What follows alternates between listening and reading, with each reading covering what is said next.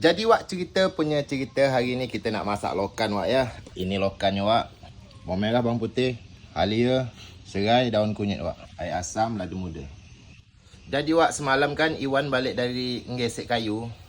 Banyak dia bawa lokan Wak. Jadi aku minta lah sikit kan. Iwan yang biasa ikut kita masang tajuk tu, yang kepala dia agak botak tu, yang kecil-kecil orang dia tu. Hembankan kuali. Jahanam.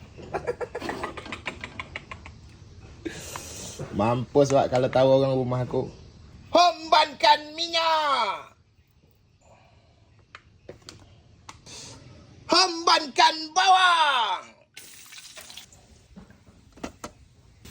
Hembankan air asam. Gila Wak, hangus bawang ni Wak. Terlambat aku Wak. Hembankan kuah. Hembankan daun kunyit. Hembankan serai. Hembankan halia. Hembankan mecin. Hembankan garam. Hembankan lokan. Hembankan tutup.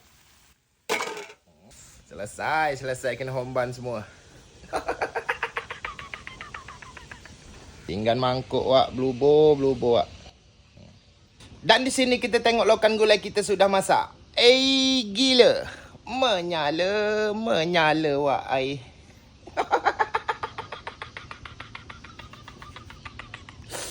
Gila Wak air. Bapak-bapak sedap ni Wak.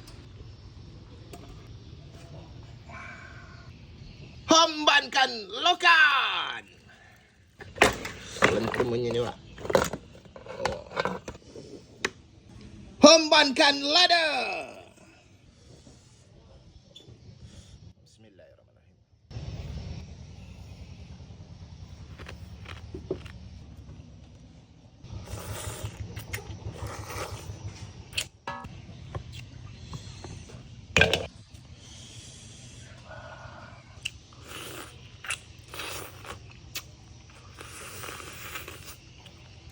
Bapak sedap lokan Wak.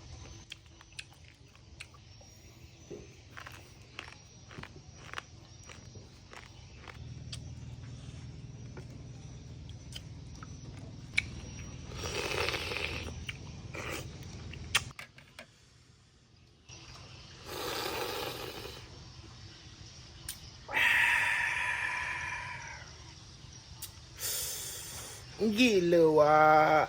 Menyala Wak air.